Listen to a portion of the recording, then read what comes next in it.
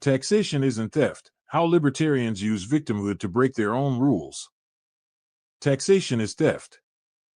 It's the libertarian mantra. A slogan. A shield.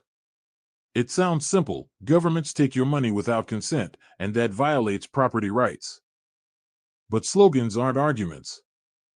And this one collapses when you apply the very property theory that libertarians claim to defend, Lockean homesteading and voluntary transfer. If you actually play by those rules, taxation isn't theft. It's rent.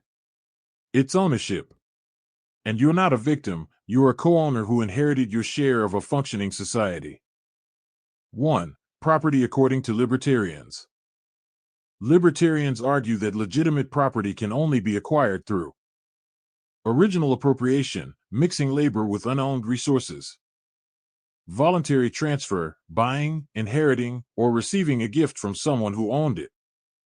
That's their entire framework. No state fiat, no collective ownership. Just labor and consent.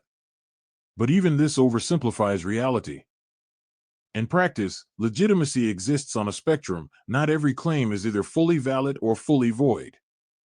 Competing claims, overlapping use, and historical transitions mean that property legitimacy must be judged by comparative claim strength, not moral absolutes. And collective ownership? That's not some exotic socialist aberration. It's simply a special case of private co-ownership. It operates under the same principles. If multiple people own something, they establish shared rules and appoint managers. Libertarians accept this in HOAs, trusts, and business partnerships.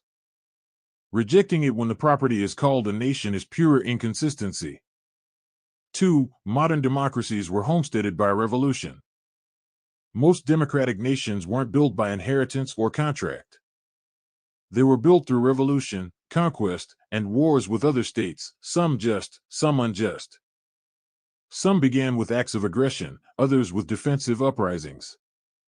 But all involved the displacement of prior regimes. Even if the initial acquisition involved aggression, the aggressors are long dead. Under Lockean theory, claims to restitution or reversal require living victims and living aggressors, or at least a documented line of inheritance.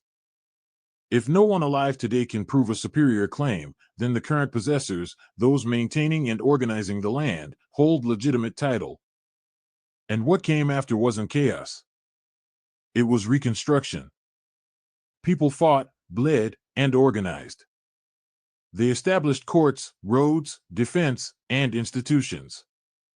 That's not theft. That's labor. That's homesteading on a national scale. And when a group builds and maintains territory through risk, labor, and exclusion, they acquire Lockean ownership of it. That ownership, by revolutionary effort, was legitimate. 3. Ownership was transferred to the people. Once homesteaded, the land and infrastructure were passed on through law, inheritance, and civic institutions to the public, to the citizens. In modern democracies, the citizens collectively own the country. They appoint a government to manage it on their behalf. The government isn't an invader.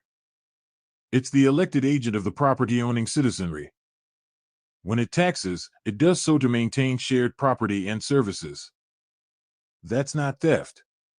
That's what happens in every HOA and every shareholder-run corporation. Property owners vote, elect managers, and impose fees to maintain what they own together. 4. Birth confers ownership, not slavery. Libertarians protest, I never signed a contract. But they accept inherited ownership in every private context. If a child inherits a home or stock, libertarians don't demand a signed contract. Ownership binds by default. So why the hypocrisy when that inheritance is public? Every newborn in a democracy is gifted co-ownership of the national estate. No one forces them to stay. But as co-owners, the other citizens can impose rules and responsibilities. No contract needed. Ownership is enough. You can leave. But they don't owe you a buyout. You don't get to seize what you didn't build. And you can't use collective infrastructure for free just because you claim not to consent. 5. Why co-owners can impose fees without a contract. Even under strict libertarian ethics and absolute property rights, owners of a shared property have the right to impose rules and fees on co-owners, even new ones, without requiring a signed contract. Why? Because in every private system libertarians respect, like HOAs or business partnerships, ownership itself carries obligations. If you own a share of a jointly held property, you are bound by the majority decisions of the other owners. The rules don't require your consent. They require your ownership and your continued benefit from the property. If you don't want to be part of it, you can leave, but until you do, your refusal to pay for upkeep is not resistance, it's a violation of the very property norms libertarians claim to uphold. And if you break the rules of co-ownership or withhold your share of maintenance costs, that's not peaceful dissent, that's a breach of contract by conduct. It violates the non-aggression principle because you are consuming shared resources without contributing your part. You are, in effect, stealing from your fellow owners, the very people who are letting you live on land they co-own with you. 6. The illegitimacy excuse doesn't work. Libertarians often claim the land was originally stolen. Fine. Suppose it was. Under Lockean theory, that only matters if you can prove you're the heir of the original victim. If the original aggressors and victims are dead, and no one alive has a stronger claim, then ownership defaults to the current possessors. You can't claim restitution without receipts. You're not the victim. You're not even a documented heir. You're a latecomer using someone else's property. You pay. Or you leave. 7. You can't have individualism and collective blame. Libertarians champion individualism, no collective guilt, no inherited sin. Yet when they talk about the state, they blame millions of unrelated people for crimes committed generations ago. That's collectivism in disguise. If you want to dissolve the system, you need the consent of all co-owners.